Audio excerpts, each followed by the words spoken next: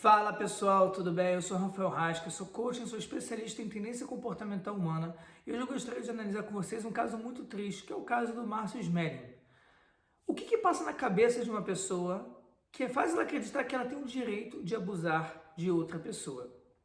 Muitas pessoas elas cometem erro em acreditar que o abuso sexual está associado a desejo sexual e pouco tem a ver com isso.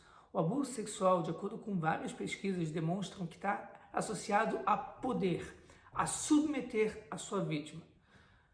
Infelizmente, a gente vive numa sociedade onde todo momento a gente precisa demonstrar poder.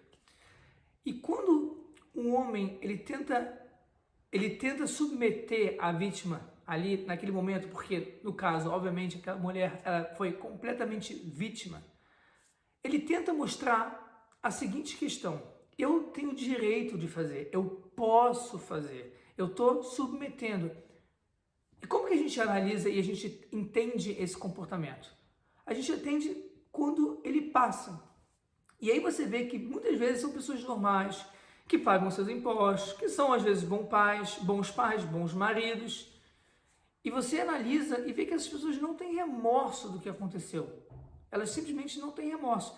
Elas talvez teriam remorso de matar um animal, talvez teriam remorso de fazer outros tipos de maldade, mas esse, especificamente, a questão do abuso, elas não têm remorso.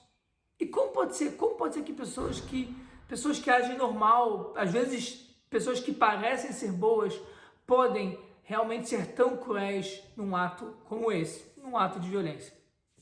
Na cabeça delas, elas acreditam que elas têm o direito.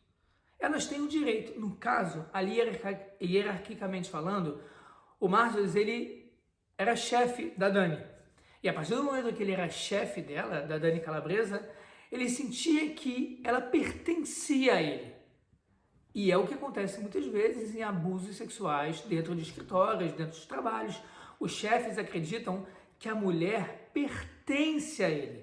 E por isso que muitos trabalhos, eles em geral são feitos por mulheres, porque os caras, eles escolhem mulheres. Então, geralmente, um homem não escolhe um outro homem para ser seu secretário, ele escolhe uma mulher. E não estou falando que isso tem a ver com machismo, feminismo ou qualquer outro tipo de má intenção. Mas, muitas vezes, na nossa cabeça, a mulher, ela não agride, ela não ameaça o homem, porque o homem quer ser o alfa naquele território, né? Então, é muito comum, por exemplo, fazer fundraising, captação de fundos para qualquer tipo de projeto aí, qualquer tipo de ONG, qualquer tipo de local beneficente. Você pode ver que a maioria das pessoas que vão abordar os empresários para fazer o fundraising são mulheres, porque elas ameaçam, elas agridem menos o ego frágil, extremamente frágil do homem. Ele não quer se sentir ali inibido, ainda mais quando vem pedir dinheiro a ele, e a mulher faz isso com mais facilidade. E aí, infelizmente, o segundo passo é o homem acreditar que a mulher pertence a ele, já que ela não agride ele, já que ela não ameaça ele. O segundo passo é pertencer a ele. E isso acontece demais. E, obviamente, essa reação, esse pensamento, não necessariamente leva ao abuso. Assim como também você contratar uma secretária em vez de um secretário, não vai levar ao abuso. Mas, a partir do momento que a cadeia de pensamentos vai se desenvolvendo, e até então é super normal, natural, nenhum problema nisso, quando você contrata a mulher, mas quando você acha que ela pertence a você, aí começa o problema acontecer. Nessa segunda fase, que você acredita que ela pertence a você, você já começa a ter um tipo de reação e conduta não saudável e indevida. Mas ainda não chega no abuso. Algumas pessoas vão falar, não, eu entendo que abusar é errado mesmo estando nessa tipo de situação, quando ele nem faz ideia onde ele se encontra. Se você for perguntar para a maioria das pessoas que tem esse tipo de pensamento, elas não fazem ideia, é tudo no subconsciente da pessoa. E aí acontece a terceira fase, que eu mereço, eu posso. Aí sim, você chegou na fase que ela já é completamente doente, que ela já é perigosa. A segunda fase ela é potencialmente perigosa e ela já não é saudável, mas ela ainda não está no risco eminente ali, ainda não se tornou realidade. Infelizmente, muitos locais de trabalho acontecem e os chefes acabam não abusando. Mas na terceira fase, quando o cara acredita que a mulher pertence a ele, que aquela funcionária pertence a ele, que ele tem direito de fazer aquilo, que ele pode, na hierarquia ali, ele tem esse direito, ele tem esse poder, aí o abuso é questão de tempo para acontecer. E aí realmente o cronômetro está ligado, é só questão de tempo para aquilo acontecer. Infelizmente, a gente ainda tem um tabu, por mais que a gente fala muito sobre abusos, ainda a maioria das mulheres sofrem muita represália e acabam não botando a boca no trombone. A gente escutou esse caso, a gente escuta alguns outros casos, mas diariamente milhões de mulheres são assediadas nos seus locais de trabalho, são assediadas no metrô, no trem, no ônibus, são assediadas por amigos, por colegas, quando saem para o restaurante, num bar, na rua quando estão passando. E a gente não faz ideia que isso acontece. E muitas vezes já virou tão normal que a mulher já nem sabe quando ela tem que reclamar ou não. Por mais que qualquer tipo de abuso é completamente condenável, é completamente inaceitável. E aí, quando chega nessa fase, nessa etapa de ela pertence a mim e eu posso fazer o que eu quero porque eu tenho direito, infelizmente é questão de tempo. E aí você vê uma coisa muito triste acontecendo, que você vê que o cara, depois que acontece, ele não tem nem remorso. Muitas vezes ele nem entende o que você quer de mim, o que eu fiz de errado, por mais absurdo que isso possa parecer.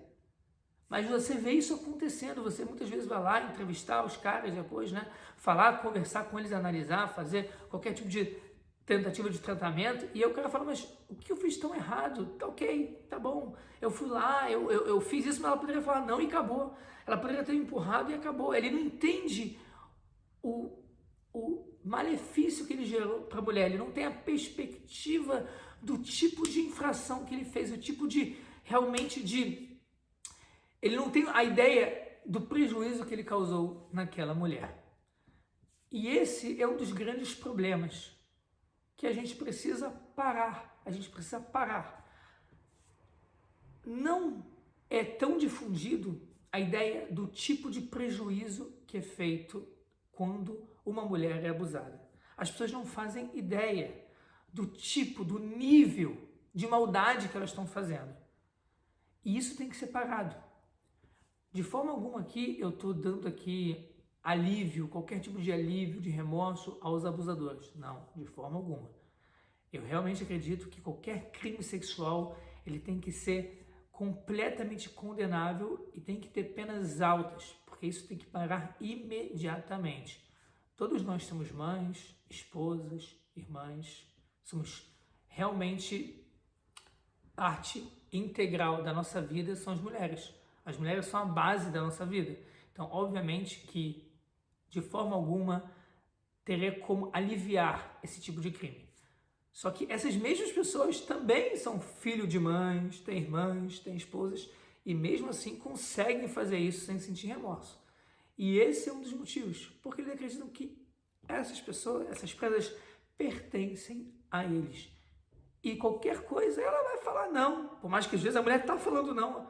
E o cara, pô, mas ela não demonstrou nenhum momento que ela não queria. Como assim? Pô, ela estava gritando, ela estava xingando, ela estava te empurrando, ela estava te arranhando, ela saiu correndo, ela chorou. Como assim? Não, mas isso aí é cera, isso aí é charme.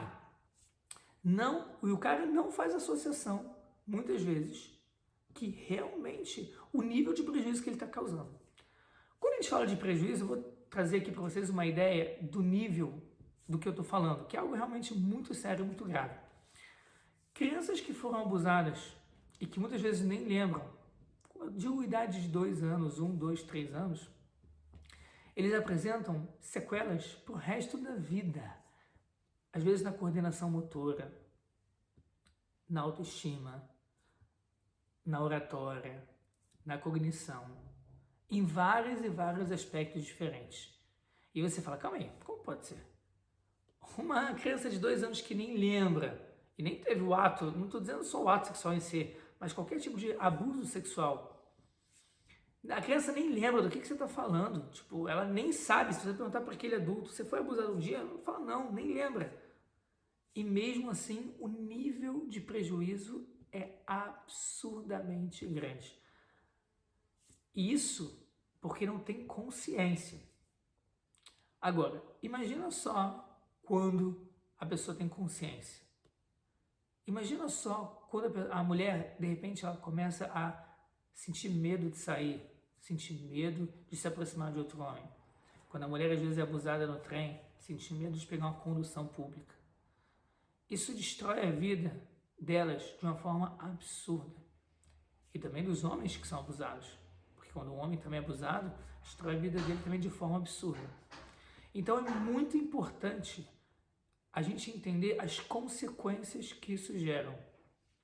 Porque nem todos os abusadores são iguais. Existem centenas de perfis diferentes de pessoas abusadoras. Então a gente tem os abusadores que eles realmente sabem o que está fazendo, sabem que estão destruindo a vida da vítima e não estão nem aí. São realmente psicopatas, sociopatas, que eles não têm nenhum tipo de remorso. Mas eles não são a maioria dos abusadores. Talvez podem ser a maioria dos estupradores, mas não dos abusadores. A maioria dos abusadores são pessoas que, a olhos nus, são pessoas de bem. São pessoas que convivem. São pessoas que é o vovô que dá as balinhas para as crianças, que é aquele cara lá, é o seu sócio de trabalha com você há 30 anos. Às vezes, infelizmente, o abusador está dentro da sua própria família. Às vezes o abusador é o seu marido. Às vezes o abusador é seu filho. São pessoas que convivem e que aparentam ser completamente normais. E elas realmente se comportam completamente normais, a não ser nessa questão.